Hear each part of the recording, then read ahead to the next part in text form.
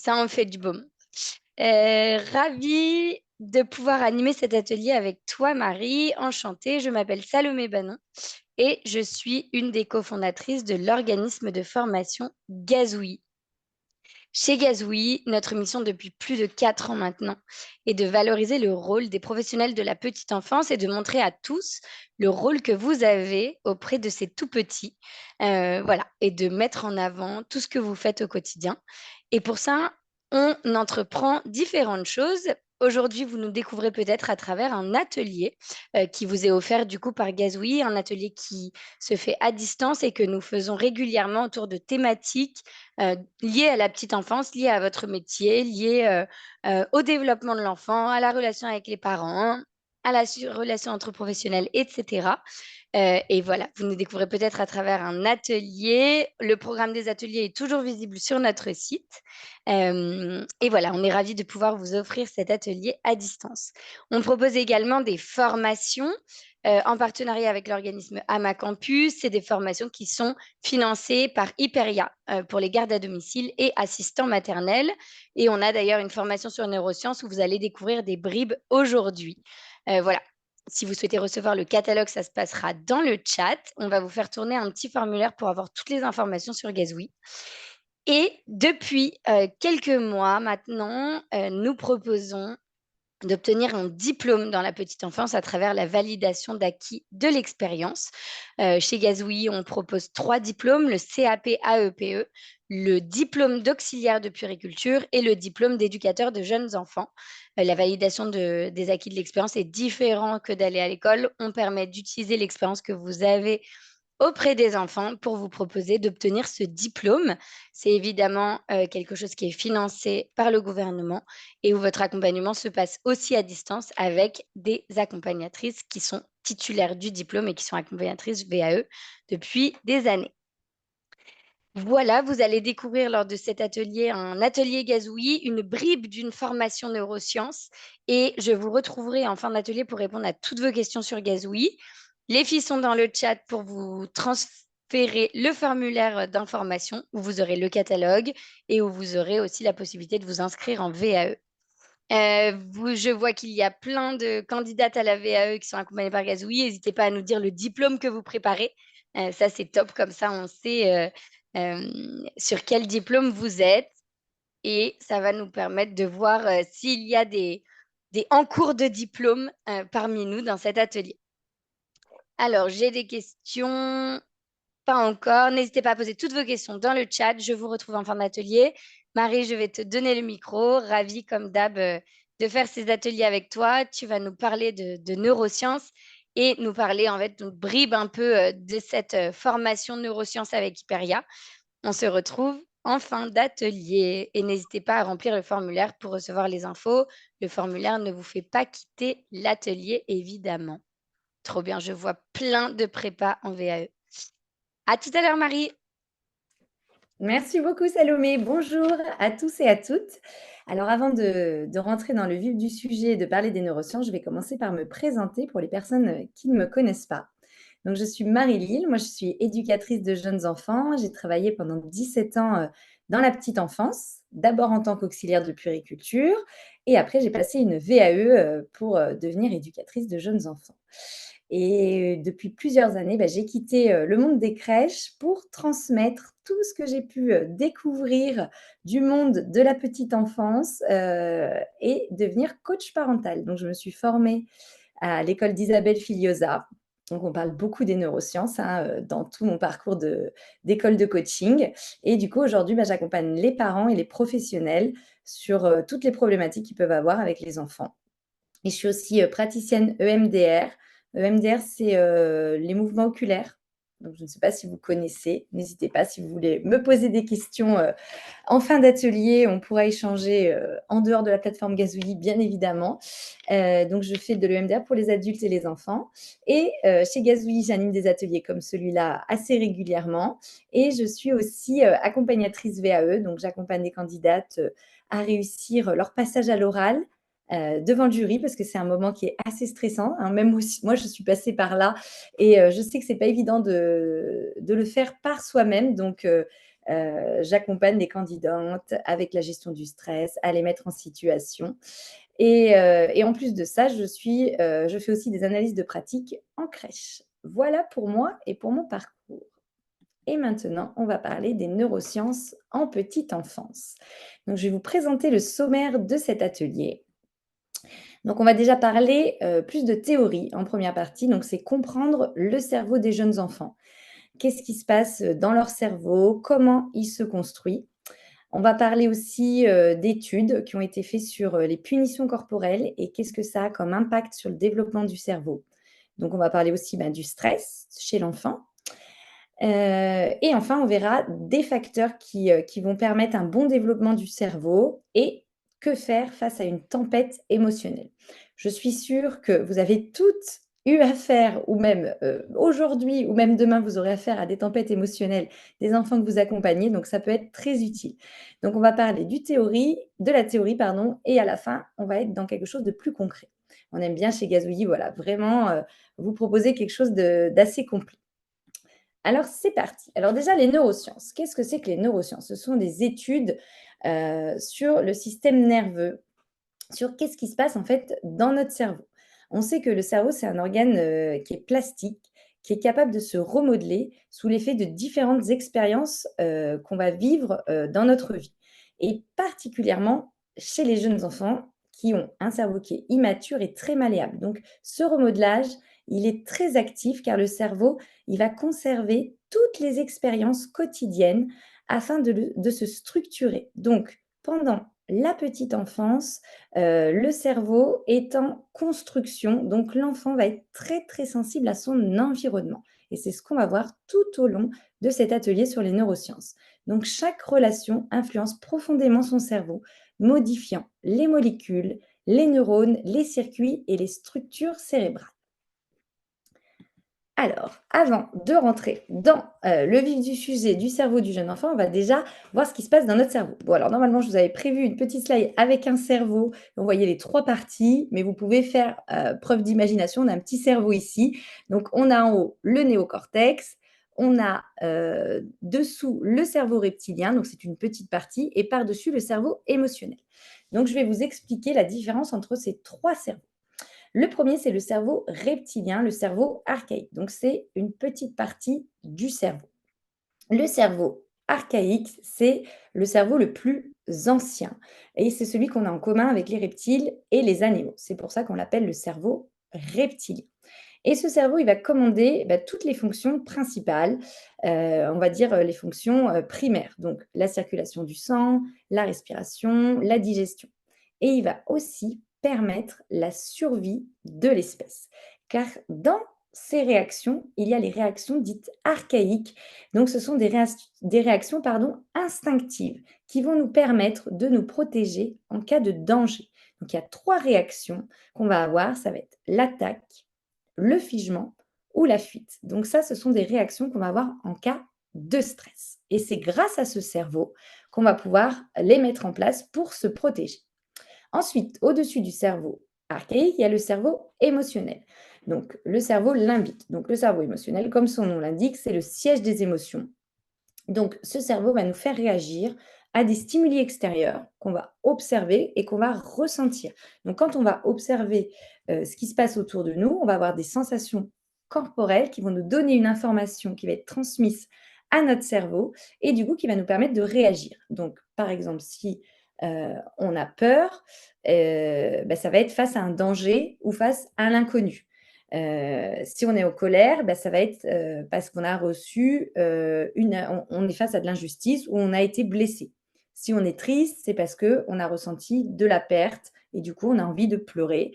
Si on est joyeux, c'est parce qu'on a réussi quelque chose ou qu'on a rencontré quelqu'un qui nous a fait du bien. Donc c'est ce cerveau émotionnel qui prend le dessus à ce moment-là quand il nous arrive plein de petites choses et plein de stimuli extérieurs.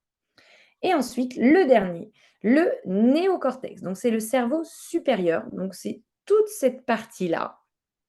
C'est la partie qui est la plus récente et elle est particulièrement développée dans l'espèce humaine. Elle est beaucoup plus développée que chez les animaux. Et cette partie, elle représente 85% du volume cérébral. Donc, c'est énorme. Et du coup, il y a les 2 lobes frontaux, le gauche et le droit, qui nous permettent de penser, de parler, d'avoir une conscience, de ressentir les perceptions, de commander notre motricité, de faire des calculs.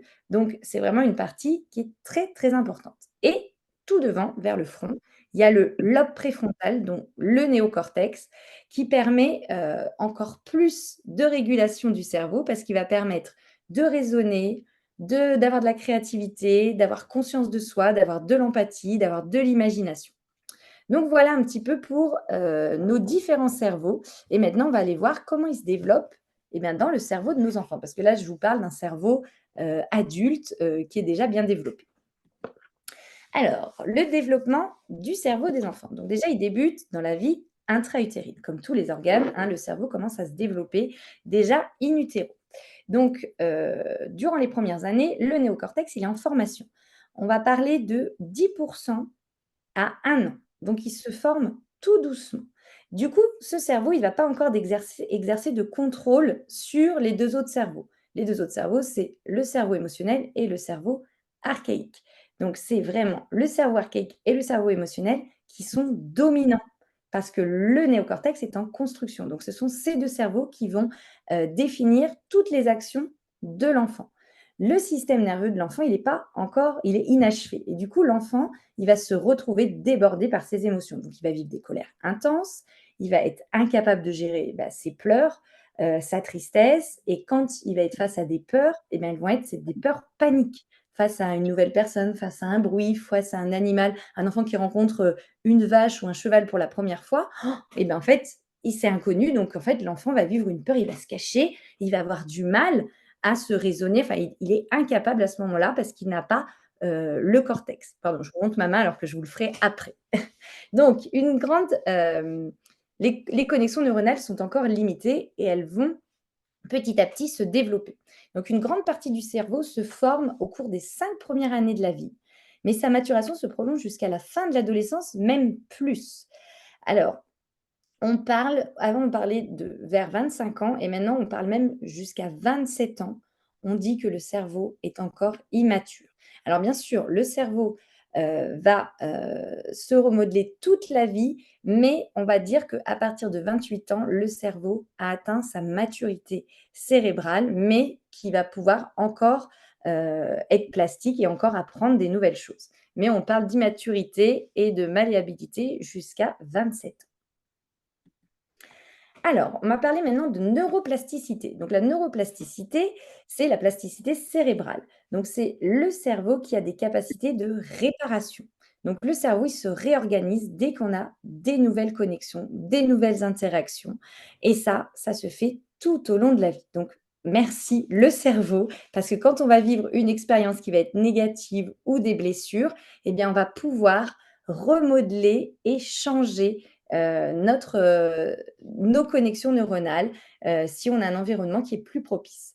Donc, le cerveau se modifie, il va modifier ses connexions en fonction des expériences et des apprentissages. Donc, quand l'enfant, il apprend une nouvelle compétence, les circuits neuronaux qui sont impliqués dans cet apprentissage, ils vont devenir plus forts, plus efficaces et du coup, ça va les renforcer. Et maintenant, je vais vous présenter une petite vidéo plus technique sur qu'est-ce qui se passe dans le cerveau de l'enfant et on reprendra l'atelier juste après. Donc, c'est une petite vidéo de 4 minutes qui est très, très intéressante. Du coup, on va vous partager le lien si vous voulez la revoir tranquillement après cet atelier. Donc, je vous laisse visionner cette vidéo.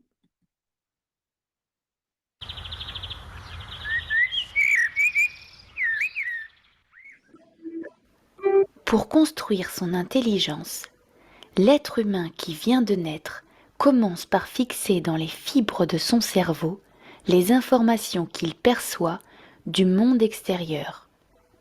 Chaque image, chaque interaction, aussi quotidienne soit-elle, laisse comme une trace de mémoire de l'expérience vécue en connectant des neurones. Ces connexions de neurones s'appellent des synapses. Elles commencent à se former dans le ventre de la mère, puis augmentent de façon extrêmement rapide dès la naissance. 700 à 1000 nouvelles connexions par seconde se créent pendant les 5 premières années de la vie. Tout ce que nous faisons avec lui ou devant lui, Tout ce qu'il perçoit du monde crée une connexion dans son cerveau. Il atteint donc une très grande quantité de synapses. Pour preuve, une petite comparaison. Le réseau Internet mondial possède 100 000 milliards de connexions entre ses pages web. On appelle cela des hyperliens. Mais le cerveau de l'adulte, lui, possède le triple de connexions entre ses neurones. Et tenez-vous bien, le cerveau de l'enfant possède 10 fois plus de connexions que le réseau Internet mondial. 1 million de milliards de connexions synaptiques. Ce qui signifie qu'il lui suffit de vivre et d'être en relation avec le monde pour créer un foisonnement de connexions neuronales. Il est bien évident qu'un manque d'étayage et d'exploration lors de cette période affame le cerveau et abîme la construction de l'intelligence. Car de la même façon que des fondations fragiles compromettent la stabilité d'une maison, de faibles fondations créées par le bébé altèrent l'architecture cérébrale de l'adulte qu'il sera. Lors de cette période, il est donc essentiel de nourrir le cerveau en interagissant positivement avec l'enfant et en le laissant explorer le monde. Ensuite, après cette période de création de milliards de connexions neuronales, le cerveau commence à faire le ménage. Car vous l'aurez remarqué, grandir, c'est perdre plus de 2/3 de ses possibilités et devenir expert du tiers le plus utilisé. Donc pas d'inquiétude, l'être humain en grandissant ne devient pas moins intelligent, il devient spécialiste, spécialiste de la langue, de la culture, des comportements qu'il a régulièrement perçus et reproduits. En effet, après avoir réalisé de nombreuses connexions, les connexions les plus souvent utilisées vont se renforcer. À l'inverse, les connexions les moins utilisées vont progressivement s'affaiblir et être éliminées. On appelle cela l'élagage synaptique. Retenons bien cela. Le cerveau ne conserve pas forcément les connexions des meilleures expériences. Il conserve les connexions des expériences les plus fréquentes. Notre responsabilité est donc très grande, car ce sont nos choix et nos habitudes qui vont renforcer certaines connexions et en éliminer d'autres. Cette plasticité cérébrale peut donc être à la fois une grande opportunité ou une grande vulnérabilité. Jack Shonkoff de l'Université d'Harvard le confirme. Advances in neuroscience, molecular biology, and genomics have a very simple message. That message is that early experience literally is built into our bodies, for better or for worse. Surveillons donc nos habitudes, car elles structurent directement le cerveau de l'enfant. Tout cela pour dire que le cerveau se nourrit de nous et du monde, alors offrons-le lui et offrons-lui le meilleur. If I was a flower growing wild and free, all I'd want is you to be my sweet honeybee. And if I was a tree growing tall and green, all I'd want is you to shade me and be my... Donc, comme le montre cette vidéo, vous voyez que le cerveau humain se structure littéralement de son environnement. Donc, il se structure à partir de ce qu'il reçoit. Donc, plus l'enfant va vivre des expériences positives et plus elles vont être renforcées. En fait, c'est l'élagage synaptique, c'est vraiment faire des autoroutes. Tous les petits chemins de traverse que le cerveau, que les synapses ont pu créer, qui sont peu utilisés, et bien en fait, elles vont se disparaître pour créer des autoroutes. Donc, le cerveau, il ne regarde pas en termes de qualité, mais il va faire le tri avec ce qui est le plus fréquent. Donc, le cerveau va renforcer la trace des mots qu'il entend le plus. Le rôle de l'adulte, vous le voyez, est vraiment important de comment on va communiquer et comment on va être présent avec l'enfant. Donc maintenant, on va voir un petit peu différentes petites expériences. Alors, je vais vous en détailler plus après, mais déjà, on va parler des punitions corporelles qui ont pu avoir un effet très nocif sur le cerveau. Donc il y a plusieurs chercheurs qui ont montré que les corrections avec des ceintures ou d'autres objets provoquent une réduction du volume de la substance grise dans la région préfrontale. Donc la substance grise, c'est le centre nerveux. Le centre nerveux, ça nous permet d'analyser l'information et ça nous permet d'élaborer des réponses. Donc, quand on a peu de substance grise, eh bien, on a du mal à analyser et à savoir quoi répondre et que faire. Et d'autres recherches ont montré aussi que différentes punitions corporelles entraînent une diminution du volume du cortex orbitofrontal, donc du COF. Donc, on va reparler plus en détail du cortex orbitofrontal et on va voir que son rôle est indispensable dans notre vie relationnelle. Alors, je vais vous le montrer grâce à Daniel Siegel qui a modélisé le cerveau dans la main. Donc, je vais vous montrer comment il a modélisé ce cerveau. Et en fait, il l'a fait pour faire de la psychoéducation avec ses clients. Donc, Daniel Siegel, c'est un non, il n'est pas pédiatre. Bon, je ne sais plus exactement ce qu'il est. C'est un Américain, mais qui reçoit beaucoup de parents et d'enfants. Et du coup, il a modélisé par une métaphore dans sa main comment fonctionne le cerveau. Et du coup, je vais vous montrer ça. Donc, on va imaginer que mon avant-bras, c'est le tronc cérébral. Là, je vais rabattre mon pouce au niveau de ma main. Donc, mon pouce, c'est le cerveau archaïque et le cerveau limbique. Donc, je répète, le cerveau limbique, c'est le cerveau des émotions, de la peur, enfin toutes les émotions. Et le cerveau archaïque, c'est celui qui nous permet la survie de l'espace et qui va nous amener les 3 réactions de stress, attaque, fuite et figement. Par-dessus, je rabaisse mes doigts. Donc là, nous avons le cortex. Donc c'est toute cette partie des lobes préfrontaux qui vont nous permettre de penser, de réfléchir, de calculer. Et le néocortex, c'est la partie de mes ongles. Donc le néocortex, c'est le coffre qui va nous permettre donc une capacité d'affection, de l'empathie, réguler les émotions. C'est pour ça que je le mets par-dessus le cerveau limbique et le cerveau archaïque. Parce qu'en fait, grâce à ce cerveau d'en haut, le néocortex, l'orbitofrontal, c'est la même chose, permet de réguler nos émotions et d'arriver à prendre des décisions. Donc, qu'est-ce qui se passe dans un cerveau d'adulte quand on est emprunt à notre stress? Par exemple, il est 5 heures du matin et là, on reçoit un coup de téléphone. Tac! On va avoir une déconnexion entre notre cerveau du haut et notre cerveau du bas. On ne va pas, en écoutant le téléphone sonner à 5 heures du matin, se dire « Oh tiens, le téléphone sonne, je vais allumer ma lampe, je vais m'étirer. » Non, on va réagir tout de suite en se disant « Oh, qu'est-ce qui se passe? Il y a un danger. » Et du coup, on va être tout de suite dans une réaction de stress. Pareil, si par exemple, on traverse la rue sans avoir regardé et d'un coup, on entend un gros coup de klaxon, tchac, c'est ce cerveau-là qui va prendre le dessus et on va fuir, on va reculer parce qu'on va se dire oh, il y a un danger. Ce n'est pas une élaboration psychique du cortex orbitofrontal où on se dit tiens, le bus roule à 50 km/h et moi je suis engagée sur le passage piéton. Donc soit j'avance très très vite. Non, c'est la survie de l'espèce. On est en danger de mort immédiat. Donc c'est ce cerveau qui prend le dessus. Donc voilà ce qui se passe pour un cerveau d'adulte quand il est en stress. Et pour un enfant de moins de 5 ans, le cerveau, il est tout le temps comme ça. Et l'enfant va réagir toujours avec le cerveau limbique et le cerveau archaïque. Donc, quand on se balade avec l'enfant, il va repérer tout ce qui se passe autour de lui parce qu'il est dans son cerveau émotionnel, donc il va regarder et être très sensible à toutes les stimulations sensorielles de son environnement. Oh tiens, regarde maman, il y a un papillon. Oh, t'as vu, c'est l'affiche de Peppa Pig.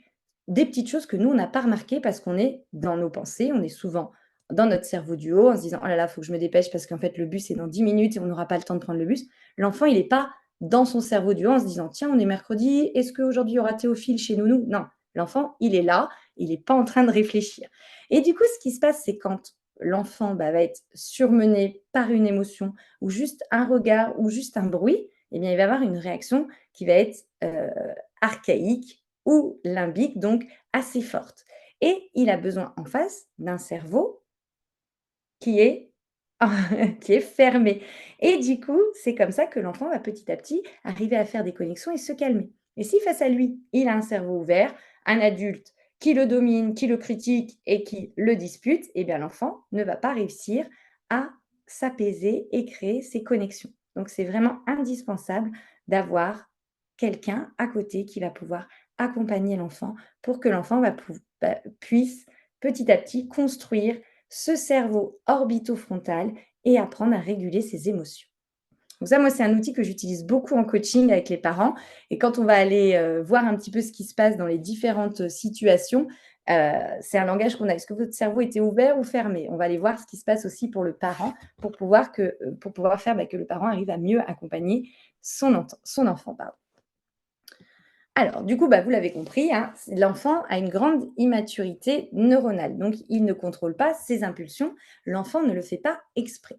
Et quand l'adulte il est emprunt à une émotion qui est intense, grâce à son néocortex, il va pouvoir se contrôler, ne pas agresser l'enfant, prendre du recul, examiner la situation et prendre le temps d'accompagner son enfant. On va parler en communication non violente du chacal et de la girafe. Je ne sais pas si vous avez déjà entendu parler, mais le chacal, ça va être plus en mode attaque. C'est le cerveau archaïque parce qu'on attaque et on ne réfléchit pas. Et la girafe, ça va être plus le cortex préfrontal parce on va prendre de la hauteur, on va prendre le temps de réfléchir, d'observer ce qui se passe, de savoir ce qui se passe au niveau de nos émotions, donc de dire ce que je ressens, ce que je vis de la situation, le besoin qui en découle et pouvoir faire une demande. Donc, si vous ne connaissez pas trop cette métaphore du chacal et de la girafe et que vous êtes intéressé, n'hésitez pas à aller vous renseigner et faire un petit peu de communication non violente parce que c'est vraiment très intéressant. Donc, comme je le disais, l'enfant ne le fait pas exprès. Donc, l'enfant, chaque fois qu'il va observer l'adulte gérer un conflit émotionnel avec calme, tranquillité, avec son cerveau du haut, le petit va apprendre et va créer des nouveaux circuits neuronaux. Comme l'a dit la vidéo, l'enfant va apprendre par l'observation de son environnement. Donc, si à côté de lui, il a un adulte calme qui va le prendre en compte, eh bien l'enfant va prendre et va apprendre et va pouvoir créer ces connexions.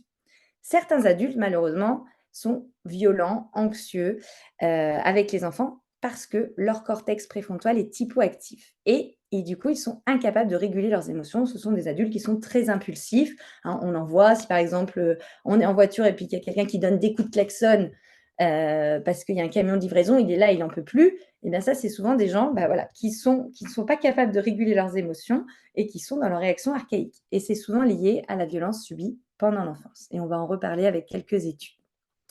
Donc, des exemples plus concrets de cette immaturité. Donc, comme on l'a dit, le cerveau des petits, il est très immature. Donc, l'enfant, il va être beaucoup dans l'impulsivité. Donc, il va agir, il va aller vers et il va avoir peu d'inhibition. Donc, il va peu pouvoir s'empêcher de toucher, d'aller voir, de se stopper.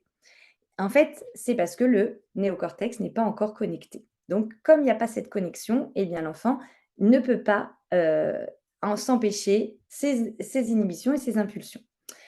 Donc, ça explique certains gestes et attitudes de l'enfant, et ce sont des gestes qui ne sont pas attentionnels, pardon. Donc, l'enfant n'est pas têtu, c'est qu'il est incapable de faire autrement. Par exemple, quand l'enfant touche un objet interdit, eh bien, souvent, il ne peut pas s'empêcher de suivre l'impulsion de sa main.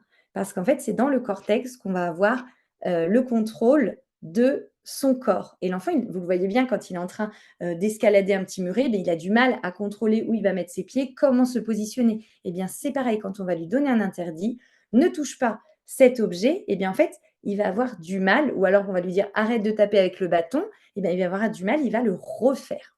Du coup, le rôle de l'adulte, quand l'enfant refait le geste qu'on lui a expliqué qui n'était pas interdit, c'est de le valoriser, de lui dire oui, c'est ça, tu as compris, c'est ça que tu n'as pas le droit de faire. Bravo, tu as très très bien compris. Et là, on va accompagner l'enfant, nous avec notre cerveau du haut, et on va prendre l'objet et on va aller faire autre chose avec l'enfant. Mais on va le valoriser quand il va refaire, parce qu'en fait, ce n'est pas qu'il n'a pas compris, c'est que c'est l'impulsion de sa main. Comme un enfant qui renverse quelque chose et on va lui dire qu'il est maladroit. En fait, souvent, on va oublier que l'enfant, il n'a pas encore le développement de l'appréhension fine. Ce n'est pas terminé. Il est en train de développer sa motricité fine. Si un enfant n'est pas capable encore de visser chaque couvercle, de mettre chaque petite perle dans chaque petit trou, c'est qu'en fait, il est encore en train d'apprendre au niveau de sa dextérité.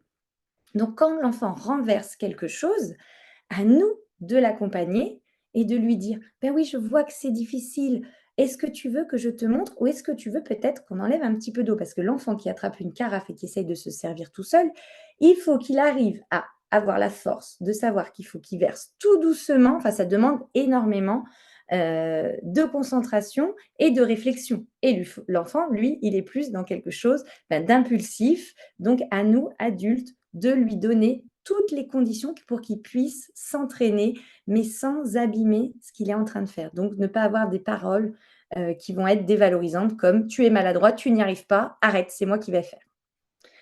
Et aussi l'enfant, par exemple, à qui on retire quelque chose et qui se met à hurler. On entend souvent: «Il est capricieux». Alors les caprices, ce n'est pas avant 7 ans, l'âge de raison, hein, l'âge où le néocortex peut, vraiment, aller, réguler les émotions. Avant, on va parler de colère et de tempête émotionnelle. Même si ça nous paraît minime, le cerveau, il est encore immature et pour l'enfant, c'est un drame. Quand on va lui retirer un objet, il faut lui expliquer et prendre le temps et surtout ne pas le menacer ni faire les gros yeux. En fait, quand on va faire les gros yeux à un enfant et qu'on va lui dire: «C'est interdit, je te l'ai déjà dit, tu le sais», l'enfant qui est très égocentrique, lui, il va juste se dire: «Je suis un mauvais enfant, je fais jamais ce qu'il faut, je ne suis pas aimé» et il va se mettre à pleurer. Donc quand on veut interdire quelque chose à un enfant et poser un cadre, on va accompagner l'enfant vers cet interdit et on va lui expliquer et on va prendre le temps avec douceur, avec sourire et d'accompagner l'enfant pour éviter, que voilà, qu'il se mette à hurler.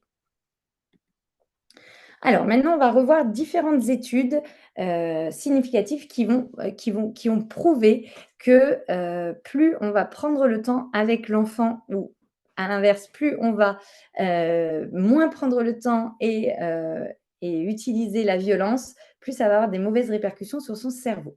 Donc là, on va parler d'études qui ont été faites sur des enfants, pardon, qui ont reçu des fessées. Les enfants qui reçoivent des fessées, ils vont créer des connexions qui vont être négatives et on l'a vu dans la vidéo, plus il va y avoir des connexions négatives, plus elles vont être renforcées et au bout d'un moment, ça va devenir une autoroute et l'enfant va du coup avoir moins confiance en lui. Ça va créer certainement un sentiment de rancune, de vengeance. L'enfant va pas forcément se venger sur son parent, mais va se venger sur des plus petits que soi, hein. Donc ça peut créer du harcèlement, ça peut créer des relations entre frères et sœurs qui sont très compliquées. L'enfant va avoir peur de l'adulte, il va ne plus avoir confiance en lui et il va perdre confiance aux adultes et aux autres personnes. Donc un enfant peut se dire que quand il est tapé, rabaissé, humilié, il peut se dire: «Un être qui m'aime», donc un parent, un éducateur, un professionnel de la petite enfance, est capable de me faire du mal. Donc si cette personne qui m'aime est capable de me faire du mal, ça veut dire que tous les autres humains sont aussi capables. Donc le monde est dangereux. Donc ça va créer une certaine insécurité. Donc dans cette étude, ils ont montré, donc je ne sais pas si vous avez eu le temps de lire pendant que je vous expliquais, mais ils ont pris, voilà, énormément d'enfants, qui ont reçu des fessées. Mmh, donc 2 fessées par mois, à l'âge de 3 ans et ils ont retrouvé ces enfants à l'âge de 5 ans et ce qui s'est passé, c'est qu'ils se sont rendus compte que ces enfants étaient très agressifs parce qu'ils attaquent, ils détruisent leurs propres objets, ils désobéissent, ils hurlent, ils provoquent et ils menacent et cette étude, elle est claire donc sur le cycle de la violence. Quand l'enfant apprend à être agressif, eh bien l'enfant apprend à être agressif en étant lui-même agressé et plus il est agressé violemment, plus il sera violent. C'est-à-dire que si l'enfant a eu un parent qui avait le cerveau ouvert et qui était dans des réactions archaïques, eh bien, en fait, l'enfant, dès qu'il sera en difficulté et qu'il y aura, un petit copain à la récré, voilà, qui lui piquera son jouet ou qui lui dira non, eh bien, il aura une tendance à taper et pas à s'autoréguler et utiliser son cortex préfrontal. Là, c'est une autre étude qui a été réalisée en 2012, donc sur des enfants qui avaient reçu une éducation positive et empathique et d'autres enfants une éducation punitive, avec fessées, gifles, mise à l'écart. Et du coup, les enfants qui ont reçu une éducation punitive, donc ils les ont vus à 3 ans et ils les ont vus à 4 ans, donc juste 1 an après, et bien, ils se sont rendus compte que c'était des enfants, qui étaient devenus plus durs, qui avaient tendance à mentir et qui étaient insensibles. Donc en fait, l'insensibilité, c'est que l'enfant va se couper de ses émotions. Et bien, en fait, l'enfant, c'est un être de besoin, donc il a besoin pour survivre d'être en lien avec ses parents. Et du coup, pour éviter de casser le lien, parce que l'enfant a besoin de ce lien, il va se couper de ses émotions et de son cerveau limbique. Donc, il va être que dans son cerveau archaïque. Et du coup, pour ne plus souffrir, il ne va plus ressentir ses émotions. Et une dernière étude scientifique, donc ça, c'est des enfants qui ont reçu des fessées petits. Donc ça, c'est ce qui se passe pour les enfants plus grands et après pour les adultes. Donc ils deviennent plus anxieux, plus dépressifs, comportement antisocial, plus de troubles psychiatriques, plus de relations négatives, diminution des capacités cognitives et une mauvaise estime de soi. Bon, un beau cocktail. Et devenus adultes, ils ont plus des conduites antisociales et plus de maladies psychiatriques. Donc, malheureusement, toutes ces études ne sont pas forcément faciles à accepter. Julie va vous partager, dans le lien, d'autres études parce que je n'ai pas pu vous les montrer toutes, hein, j'en ai sélectionné quelques-unes. Si vous êtes intéressés, vous pourrez, regarder. Il y en a énormément qui ont été faits, sur, beaucoup de panels d'enfants. Mais ces études, elles nous obligent un petit peu à abandonner, nos habitudes, nos anciennes habitudes éducatives, hein, que nos parents utilisaient beaucoup, hein, la punition, la fessée, qui étaient et qui sont efficaces sur l'instant, mais qui vont avoir des vraies séquelles sur le développement du cerveau. Et du coup, d'adopter une révolution éducative et de proposer autre chose. Donc, on va voir ça en deuxième partie d'atelier. Donc déjà, on va voir les facteurs qui influencent le développement du cerveau. Donc, on l'a déjà dit, mais je le répète parce que c'est vraiment indispensable, ce sont les interactions sociales et émotionnelles. Donc, il est indispensable de créer un attachement sécurisant pour l'enfant avec des interactions qui sont dites positives, respectueuses et partager des temps qualitatifs. Ne pas se centrer que sur les routines du matin, les routines du soir ou avoir un planning très organisé, mais passer des moments agréables. On remplit le petit réservoir affectif de l'enfant. Et aussi d'être dans des interactions émotionnelles.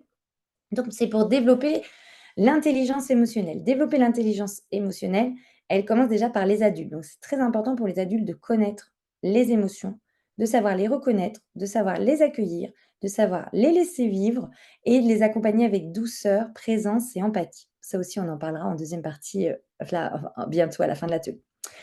Les stimulations sensorielles. Donc, comme l'a dit la vidéo, l'enfant apprend grâce à ses 5 sens. Donc, proposer un environnement propice va permettre à l'enfant de mieux comprendre le monde qui l'entoure. Et ça, dans la formation, vous verrez beaucoup plus en détail des activités sensorielles que vous pourrez proposer aux enfants. J'ai même animé plusieurs ateliers sur le sujet. Donc, si vous êtes Gazouillis Pro, vous pourrez les retrouver dans la Gazouthèque, ces différentes activités d'éveil en détail. Les facteurs influençants, il y a aussi la santé. Donc, proposer des soins médicaux réguliers, aller faire des visites chez le pédiatre pour regarder si tout se passe bien, si l'enfant a un bon développement, parce qu'il peut avoir la prévention des troubles. Et plus on va avoir une prévention précoce, plus ça va permettre au cerveau de se développer. Une bonne nutrition, donc ça, c'est très important d'avoir une alimentation équilibrée, parce qu'elle a un vrai impact sur le cerveau, hein. Plus on va avoir une alimentation riche en acides gras, en oméga 3, en nutriments, et plus ça va permettre le développement cérébral. C'est pour ça que je vous ai mis un petit brocoli. Le sommeil, le sommeil, il va consolider les apprentissages. Il y a une étude qui a été faite sur des enfants en âge scolaire. Des enfants qui arrivaient à dormir 10 à 12 heures avaient une bien plus grande mémoire, une bien plus grande capacité de mémoire que les autres enfants. Et on sait que la mémoire est indispensable pour les apprentissages. Donc, plus l'enfant va avoir un bon sommeil, plus ça va consolider sa mémoire, sa croissance cérébrale et du coup, ses apprentissages. Donc, il est indispensable de respecter les horaires et de proposer des petites routines parce que ça va améliorer le bien-être général et la performance du cerveau. Et attention au stress toxique. Donc, le stress toxique, ça va amener un niveau élevé de cortisol, l'hormone du stress. Et plus l'enfant va être sous stress, plus il va avoir du mal à se concentrer, à mémoriser et du coup à apprendre. Donc, on va parler un petit peu plus en détail du stress. Donc, quand l'enfant est sous stress, il va avoir du mal à se calmer et ça peut entraîner des troubles du comportement et de l'anxiété. Il y a beaucoup d'enfants qui sont très anxieux. Donc parce que le stress, ça va produire un afflux d'adrénaline, de noradrénaline et de cortisol qui sont toxiques. Et quand il y en a trop dans le corps, eh ben, le corps est en hypervigilance. Donc, comme l'enfant, je vous l'ai déjà dit, mais il réagit beaucoup avec son cerveau archaïque, dans le cerveau archaïque, il y a l'attaque, donc les enfants vont beaucoup taper, pousser, mordre, mais il y a aussi le figement. La fuite, c'est rare qu'un enfant fuit parce qu'il ne sait pas trop où aller. Il ne peut pas partir comme nous, on ne peut pas prendre la voiture ou prendre le métro pour fuir. Un enfant, il va rester. Donc souvent, s'il n'est pas dans l'attaque, il est dans le figement. Et bien en fait, dans le figement, c'est là où l'enfant va accumuler toutes ces hormones du stress.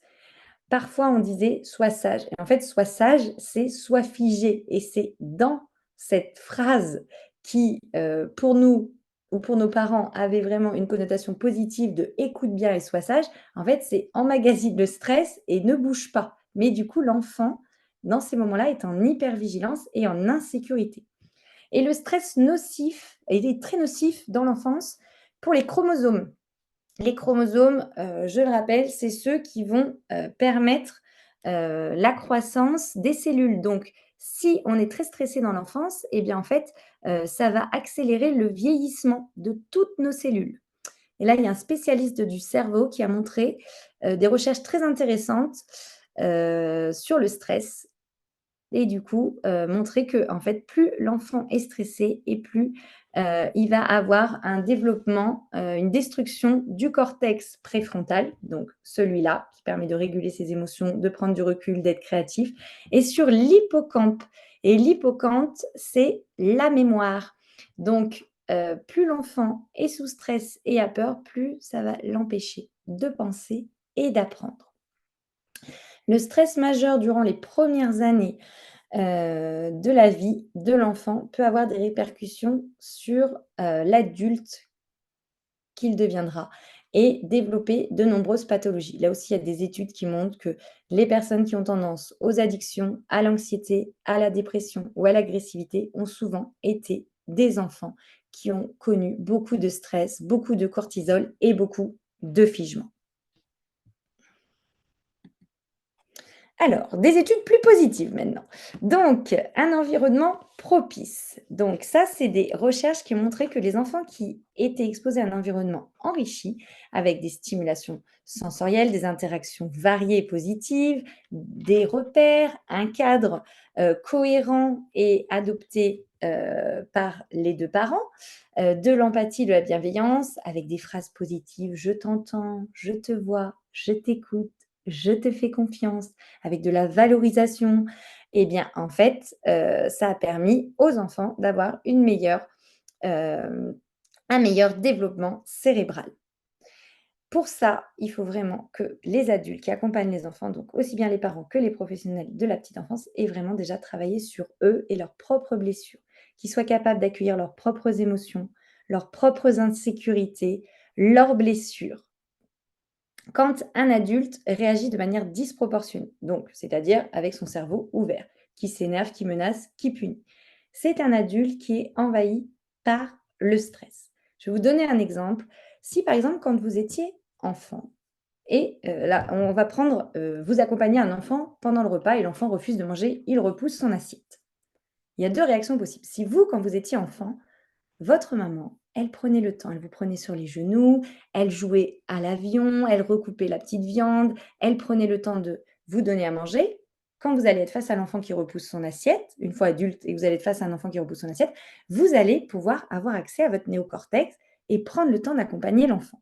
Par contre, si vous, dans votre petite enfance, vous aviez eu un parent qui vous menacez, vous punissez, vous resservez votre repas au goûter en vous disant tant que tu n'as pas fini ton assiette, tu ne sortiras pas de table, eh bien, quand vous êtes face, à vous, adulte, face à un enfant, votre propre enfant ou un enfant que vous accompagnez qui ne mange pas, eh bien, vous êtes envahi par le stress.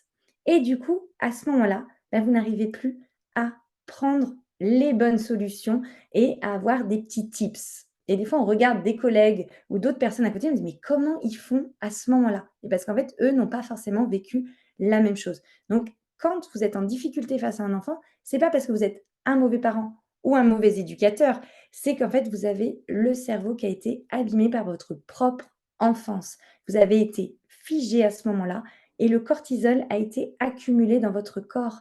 Et même une fois adulte, il est toujours là et toujours présent. Le corps a une mémoire. Donc ça, c'est très important pour pouvoir proposer un environnement propice d'aller travailler sur soi et sur ce qui s'est passé. Moi, je le fais beaucoup, du coup, quand j'accompagne mes clients en coaching parental. Grâce à l'EMDR, on va aller libérer les blessures de la petite enfance. Alors, maintenant, qu'est-ce qu'on fait au quotidien pour proposer un bon développement cérébral? Déjà, première chose, une sécurité affective. Donc, on va écouter les besoins de l'enfant et répondre à ses demandes.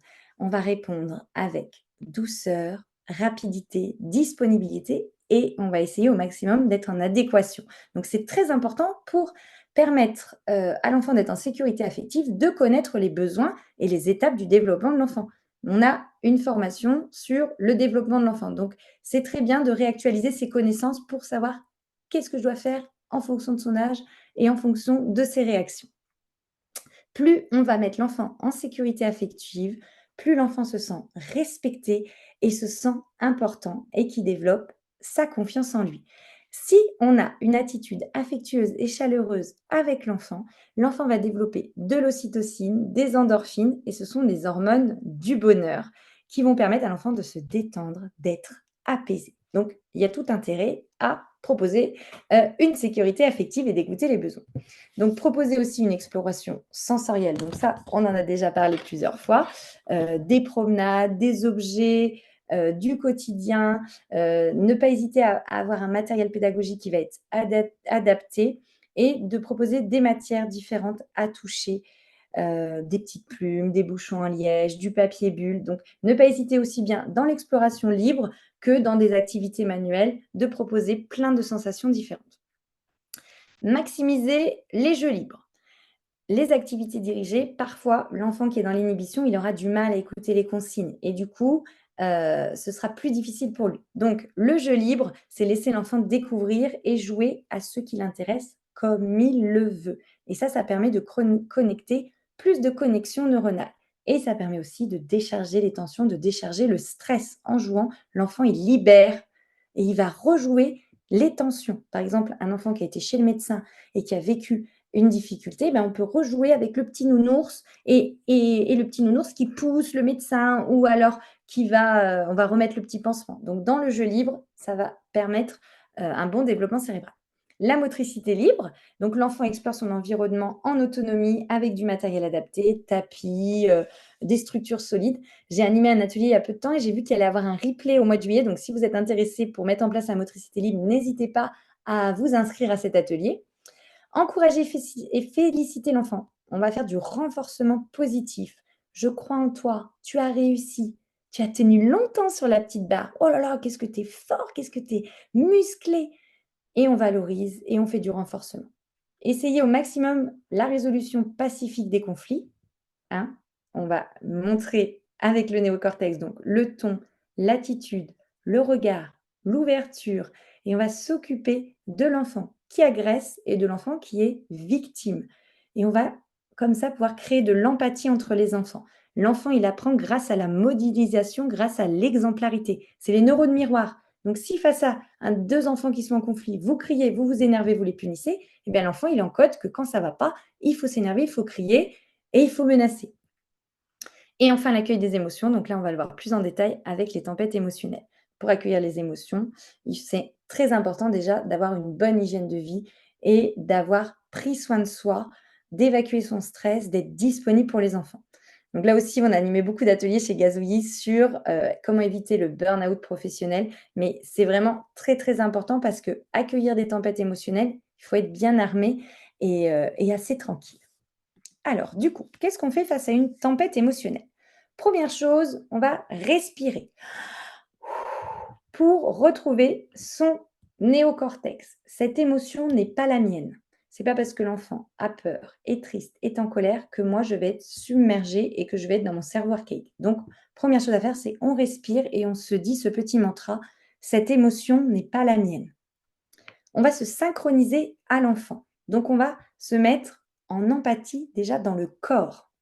Donc, si l'enfant, par exemple, est tout triste parce qu'il a quitté sa maman et qu'il commence à avoir des larmes, voilà, une décharge émotionnelle et il est tout replié sur soi, et ben on va venir vers lui, pas avec une attitude d'ouverture, mais on va imiter sa posture. On va observer et on va décrire. Oh là là, je vois des grosses larmes qui coulent, je vois des petits poings serrés. Si c'est un enfant qui s'énerve, qui tape des pieds, oh là là, je vois tes pieds qui tapent le sol. On décrit ce qui se passe. Déjà, l'enfant va sentir qu'on se connecte à lui et qu'on est en lien. Et on va nommer l'émotion. Je vois que tu es en colère, je vois que tu es triste, je vois que tu es agacé. Et on ne demande pas à l'enfant, est-ce que tu es triste? L'enfant est incapable de répondre. Il est là, cerveau archaïque. Donc c'est à nous de prendre le lead. Je vois que voilà, tu es triste. On fait mesurer. Donc ça dépend vraiment de l'émotion. Si c'est une colère, une tempête émotionnelle et que l'enfant est allongé par terre en train de taper des pieds, on ne va pas lui faire mesurer. Par contre, s'il est triste ou qu'il a peur, par exemple, voilà, comme je disais tout à l'heure, il voit une vache pour la première fois et tu as peur un petit peu, moyen, beaucoup ou énormément. Ah oui, tu as peur comme ça. Et du coup, l'enfant va vous montrer avec ses mains. Un plus grand, vous pouvez lui dire sur une échelle de 1 à 10. On peut faire aussi avec les couleurs. Tu as peur, tu es en colère. C'est jaune, orange ou c'est rouge. Donc, à vous de choisir votre mesure. Et une fois que l'enfant vous a montré, souvent il va vous montrer de manière très très exagérée, parce qu'il est encore ici, on va faire de l'empathie. Ah oui, tu es très très très triste. Toi, tu voulais rester avec maman toute la journée. Et on met le ton et on met les mots et on explique grâce à notre néocortex qu'est-ce qui se passe pour l'enfant, pour qu'il puisse apprendre à réguler son émotion. Et on va proposer une décharge d'émotions. Donc, pour un enfant qui est en colère, ça peut être de jeter des balles, de taper des pieds. Un enfant qui est triste, est-ce que tu as besoin de pleurer? Est-ce que tu as besoin de ton petit doudou? Il y a plein de choses pour décharger l'émotion. Là aussi, j'avais animé un atelier, donc n'hésitez pas à aller voir plus en détail. Et enfin, on propose un contact, du câlin, pour renvoyer de l'ocytocine. Et ça, souvent, c'est une étape qu'on va faire tout de suite. Une émotion, on propose un câlin. C'est trop rapide. Il faut déjà se synchroniser avec l'enfant et faire de l'empathie avant de proposer un contact. Consoler un enfant chamboulé participe à la maturation de son cerveau. Je pense que vous l'avez compris, mais je vous le redis. Et enfin, je vous ai remis tout ce qu'il y a à retenir. Donc, je vous invite à faire une petite capture d'écran des points essentiels de cet atelier. En tout cas, le point le plus important, c'est que le cerveau est très malléable. C'est une période où l'enfant peut apprendre énormément, mais aussi qui peut être très délétère en fonction des réactions des adultes qui vont être autour de lui. Donc, le mieux, c'est d'avoir une démarche positive, respectueuse et d'éviter les menaces, chantage et violences qui auront un impact négatif. Et n'oubliez pas que l'enfant observe et comprend, il apprend, pardon, en imitant les adultes autour de lui. Et je finirai avec cette citation de Catherine Guégan qui, pour résumer, dit que quand un petit garçon ou un petit enfant est bouleversé, il est en pleurs, il a besoin d'aide. Pour retrouver son calme, il a besoin d'un adulte qui va le sécuriser, l'accompagner pour qu'il apprenne à s'auto-apaiser. Donc le rôle de l'adulte est essentiel pour permettre à l'enfant de maturer et d'avoir le maximum de potentiel et le champ des possibles pour son avenir.